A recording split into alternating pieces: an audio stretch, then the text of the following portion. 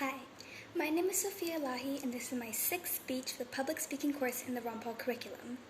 In today's speech, I'm going to be retelling one of my favorite Brothers Grimm fairy tales, The 12 Princesses. Once upon a time, in a faraway land, there lived a king with his 12 daughters, each one much more beautiful than the last. Every night when the 12 princesses would go to sleep, the king would shut and bolt the door tight, making it impossible for anybody to get in or out. Despite this, every morning when the maids would come to wake up the princesses, their shoes would be found danced into tatters. The king demanded to know where his princesses went every night, but none of them revealed their secret. So he sent a challenge out to every young man across the land. Whoever could figure out where the princesses went in 3 nights or under would be able to choose one of them as his bride. But if he failed to do this, he would have to be sentenced to death. Many came to try their luck, and many never survived. One day a poor soldier, was wandering the streets of the kingdom when an old woman approached him. "Where are you going, lad?"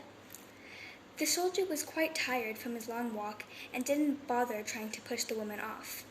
"I don't quite know. I might as well be going to the 12 princesses," the soldier replied. The woman found this funny and started to laugh at him. "Well, that's easy. All you have to do is not drink the wine and take this cloak. It makes you invisible." The poor soldier had nowhere to go and decided to try his luck. He took the woman's advice and the invisibility cloak and headed off to the palace. Once reaching there, he was greeted with riches and the finest clothes and given the finest bed in the princess's room. That night before bed, the eldest princess gave him a glass of wine, but he knew that he wasn't supposed to drink it. So he tied his sponge under his chin and let the wine dribble down into the sponge. After finishing the glass, he discarded the sponge and pretended to fall asleep. The youngest princess noticed this and told her elder sisters, "Look, I think he's finally asleep. But something's wrong tonight. I don't think we should go."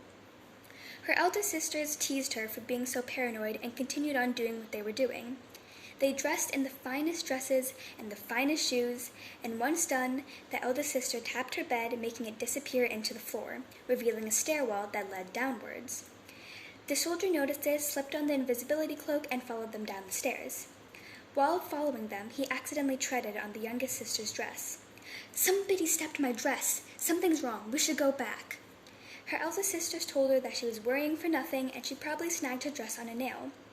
They continued down, and once reaching the bottom of the stairwell, the soldier saw a beautiful land full of beautiful diamonds and gold.